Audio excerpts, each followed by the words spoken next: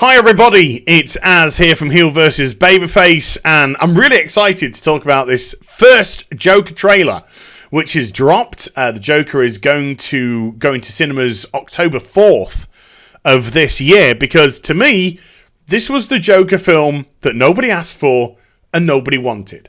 And particularly in a time where superhero films are just saturating the marketplace. And I'm pretty much sick of them. I don't go and see the side films anymore. I didn't see any of the Ant-Men. I didn't see Doctor Strange. I didn't see Black Panther, because I'm racist. I didn't see Captain Marvel, because I'm sexist. I didn't see any of them because they're not characters that I care about or know about, so I wasn't bothered, but I'll stick to the main Avengers movies and stuff. And I was completely burnt out with hero films. I hadn't had enough. I'd had enough. And so when they announced they were doing a Joker movie, which was out of the DCU continuity, so it wasn't even in the current DCU continuity, I was just like, no, I'm done. No, don't need this. And then towards the end of last year, they release a little teaser. And it's got Arthur on a clipboard, because I think that must have been the working title for the film. And you see Joaquin Phoenix dressed up, what looked like in 1980s clothing. And judging by the trailer, that is when the film is actually set. And you just see this regular Joe, and then you get these superimposed images on top of him as the Joker, dressed up as the Joker, and then it transitions from him into the Joker, and you get this very menacing smile with some amazing music on top of it.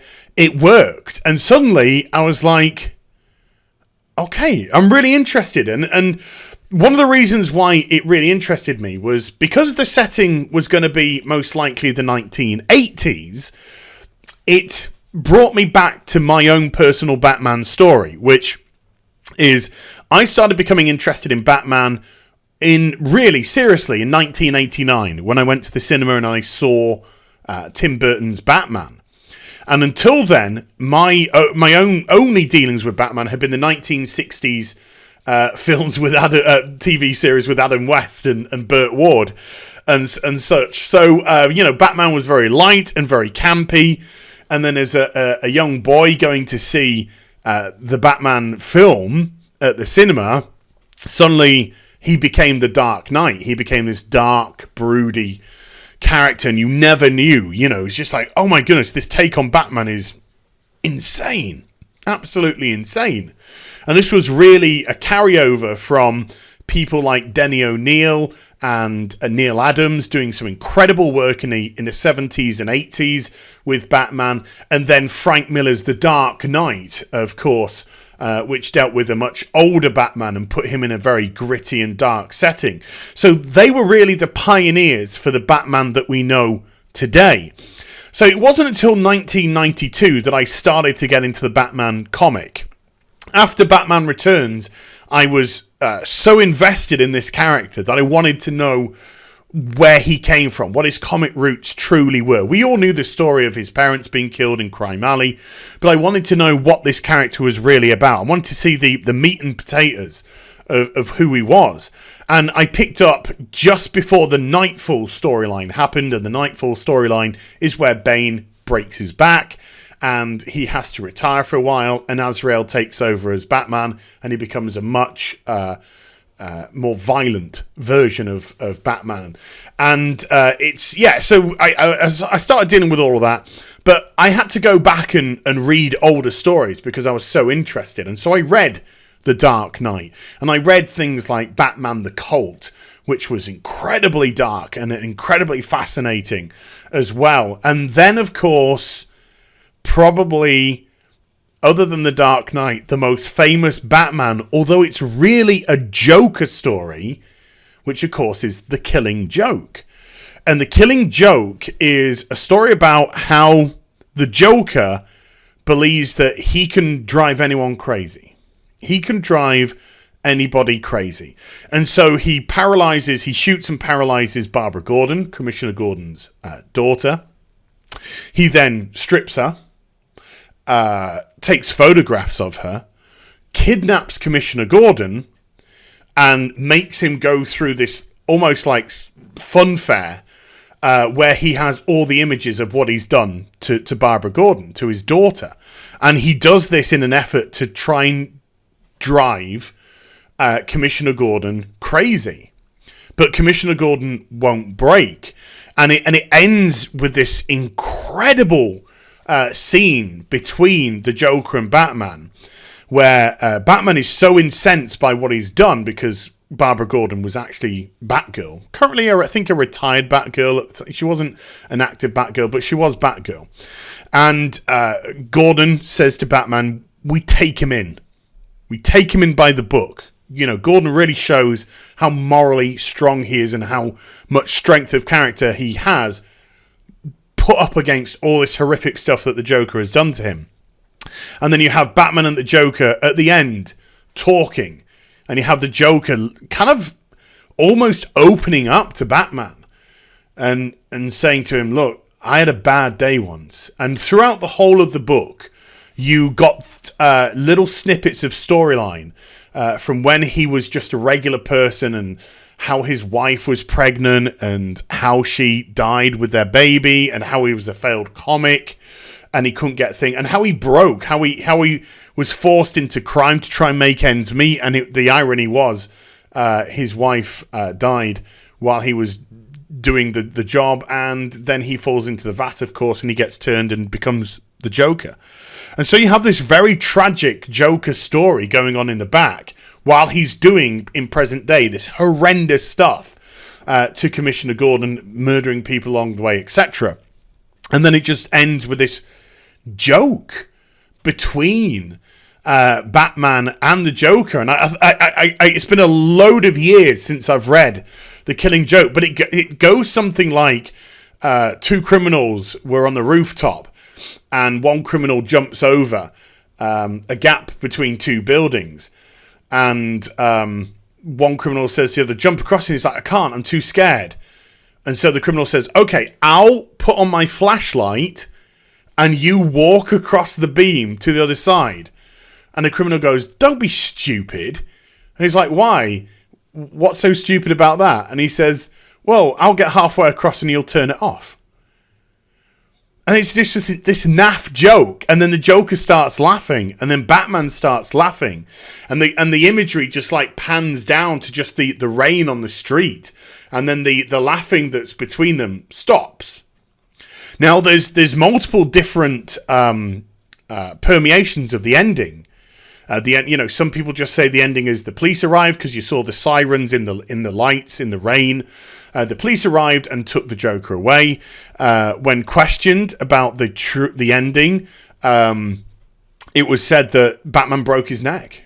This isn't a book. This isn't actually a book which is in current continuity, even though it was put in current continuity.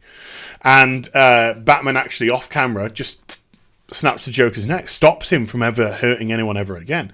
So there's different versions of how people interpret the ending of A Killing Joke, and I think it works for whatever you want it to be, however you see the ending. I just saw the ending as two adversaries just somehow, in some way, someday, actually finding some common ground, because of course Batman had a bad day once, and he can relate to that. And so you have these polar opposites, and they both had a bad day. And it's incredible. It's an incredibly powerful stuff. And there's been some amazing stories which have come out of that book itself. And so when I watched the trailer, I really got this imagery. I really got this imagery of A Killing Joke. That is the vibe that I got. But instead of the Joker having a wife, a pregnant wife, we see the Joker with his elderly mother. He's looking after his elderly mother. He's bathing her. He's looking after her. And it's clearly taking its toll on the poor guy. He's trying to make ends meet. He's getting beaten up in the streets. He's clearly, you can see these marks here. He's clearly suffering, but he's so thin as well. He's skin and bone. He's got all of these pressures going on him. And, he has this very dead smile here. You can just see like pain in his eyes. Joaquin Phoenix is an incredible actor, and it's just the nuance of this trailer, which obviously I'll link in the description down below so you can go check out the trailer yourself. And this scene where somebody in a hospital, maybe a mental hospital, maybe his mother's actually been committed now, is going crazy on this bed, and you can just see just shut up in his eyes, and he's got his fists clenched, and he's very agitated by all of this. And we just have this wonderful imagery of him trying to be a comic. He's got jokes, and it talks about, mental illness in a joke. If I could just get onto his pad here, and I'll just scooch this across, I could just make out the worst part of having a mental illness is people expect you to behave as if you don't.